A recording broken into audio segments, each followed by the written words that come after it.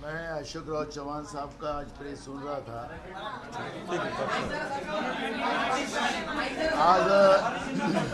आज मी मराठी में बोल। आज मी अशोकराव चव्हाण साहेबांची प्रेस ऐकत होतो आणि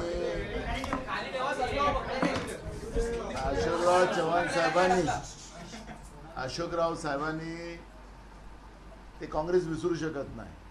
आम्ही आमचा माणूस तिकडले भाजप इकडे आणण्यासाठी पाठवलेली आहे। त्याच्यामुळे त्यांनी काँग्रेस कोणतं ते आशिष सेलारला त्यांनी काँग्रेसचा अध्यक्ष बनवलं। ते चालू झालं होतं, ते प्रक्रिया सुरू झाली आमची। एक दुसरं त्यांचा स्वभावाशी आम्ही सगळेजण वाकीफ आहोत।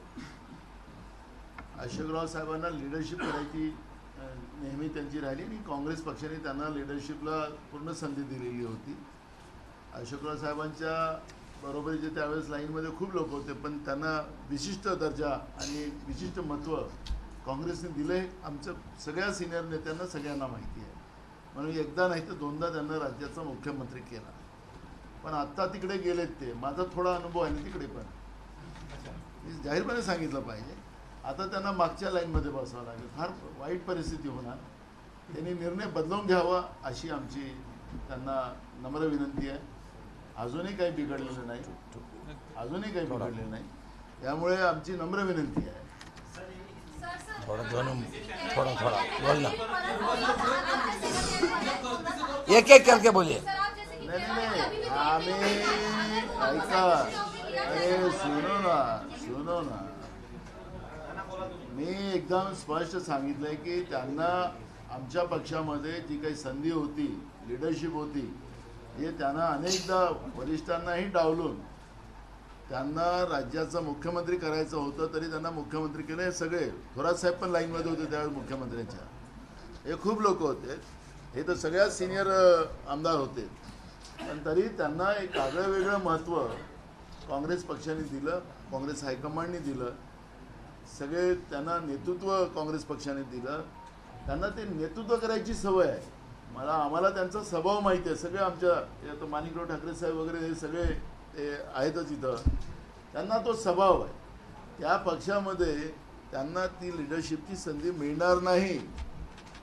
एका चांगल्या नेतृत्वाला या पद्धतीनं तिकडे जाऊन डंप करायचं काम, प्रभारी साहेबांनी त्याच्याबद्दल वेगळं काही भूमिका मांडली, पण मी त्यांना सांगतो की अजूनही काही बिघडलं नाही। फार त्रास आहे तिकडे, फार त्रास आहे। यामुळे मी त्यांना एवढाच आम्ही सांगू शकतो, अजूनही आम्ही सगळेजण स्वागत करायला तयार का वडेट्टीवर साहेब? नाही, आमच्याशी केली नाही, त्याच्यामुळे आम्हाला माहिती नाही।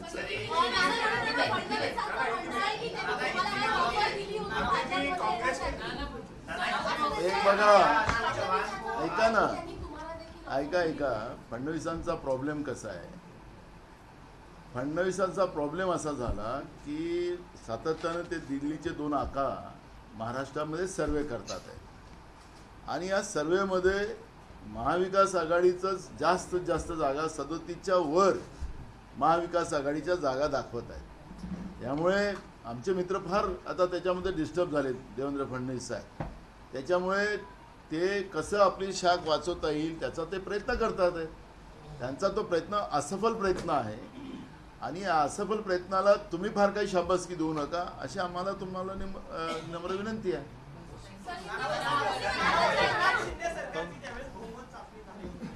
Sir last question.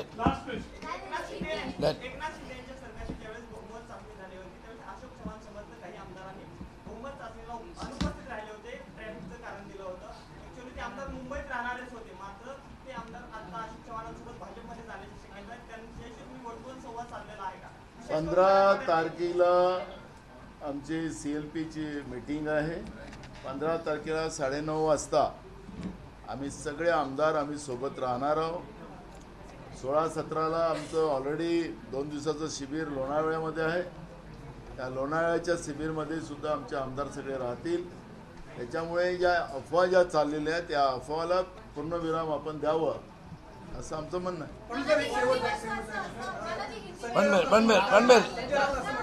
हे सुनो, निश्चित करण्यासाठी अशोक चव्हाणांना भारतीय जनता पार्टीमध्ये घेतलेले गेलेलं आहे, त्यामुळे नांदेड कोणाचा बालेकिल्ला राहिलेला नाही। मुद्दा असा आहे की नांदेड हा काँग्रेसचा बालेकिल्ला आहे। कुठल्या व्यक्तीविषयीचा नाही.